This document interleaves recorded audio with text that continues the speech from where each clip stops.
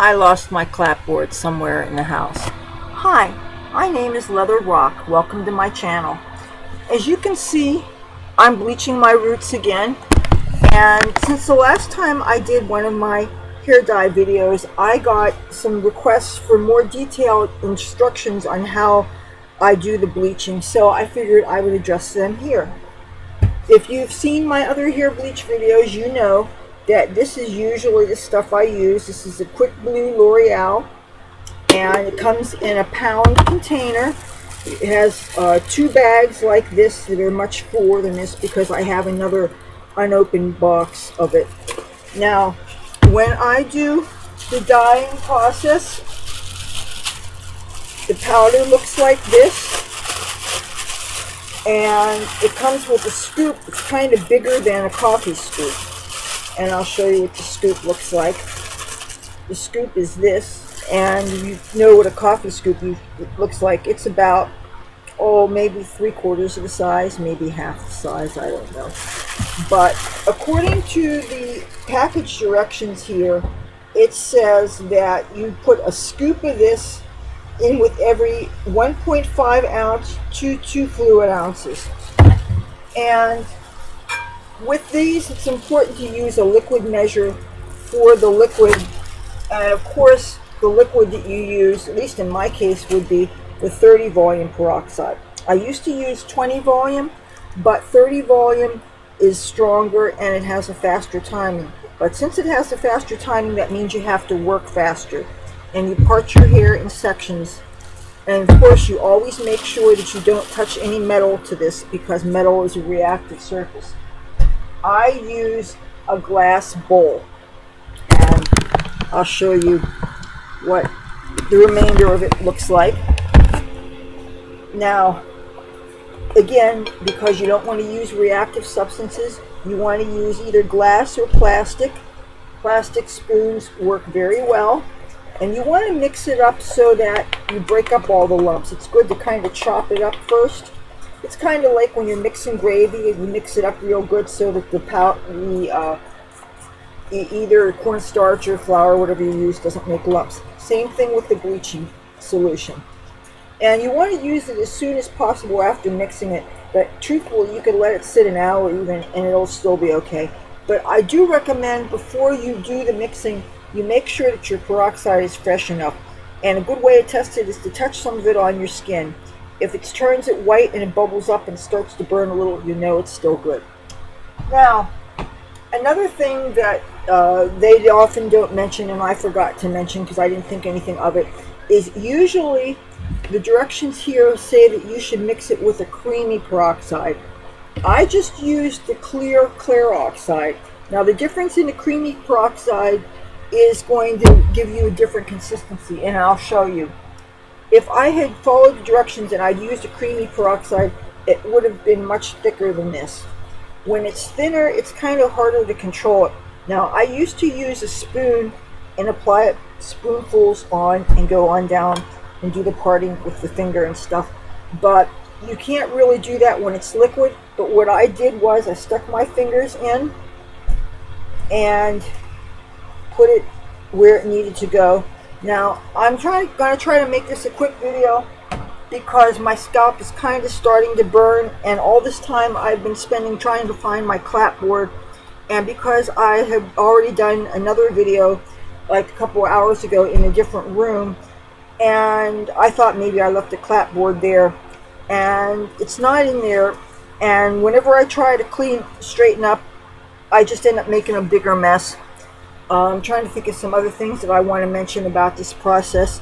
It really is good if you have roommates or somebody to spot you to make sure that you don't miss any spots in back.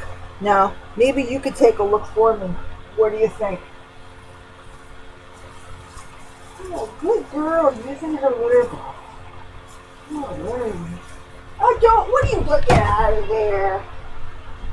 I can't believe it. Cassie was trying to curl up in her litter box. That's disgusting. Anyway, let's try this again. Do you see where hopefully the roots should be close to white looking, or they call it pale lemon yellow?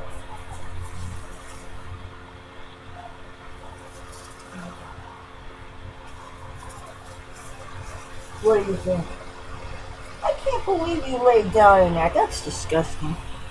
Oh, cats.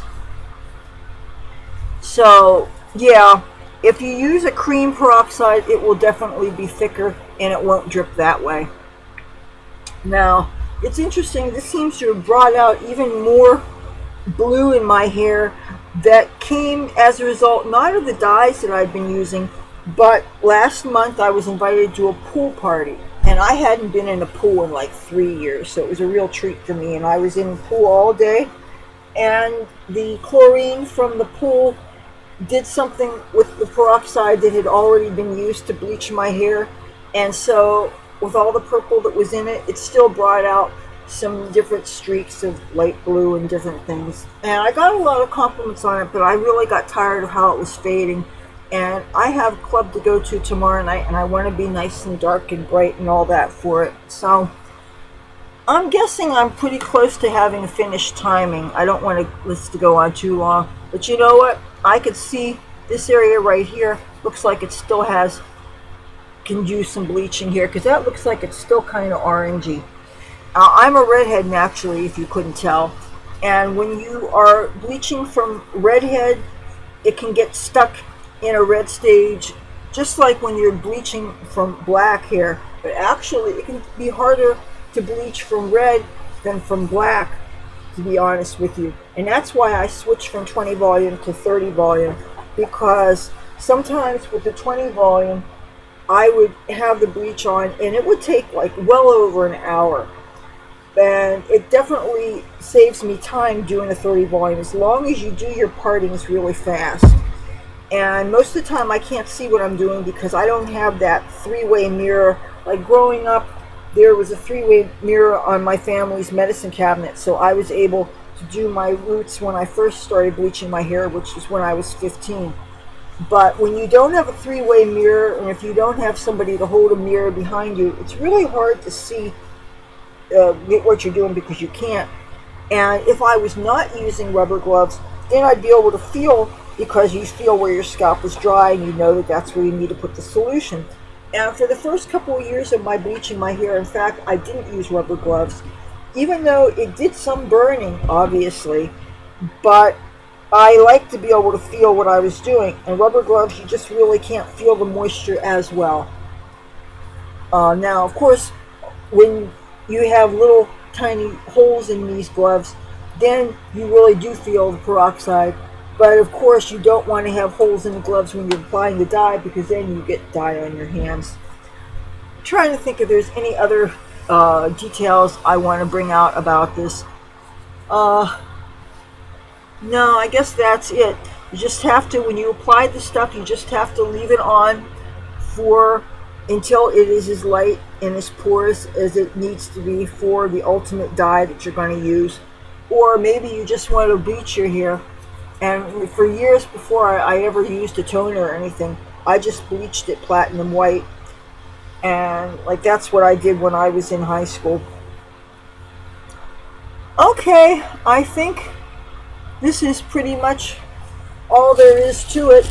I always recommend, if people are doing this for the first time and you're not getting it done by somebody else, read the fine print. It's there for a reason. Even if it's packaged for people that are professional beauticians and stuff, they still have application instructions, and you really should read them all.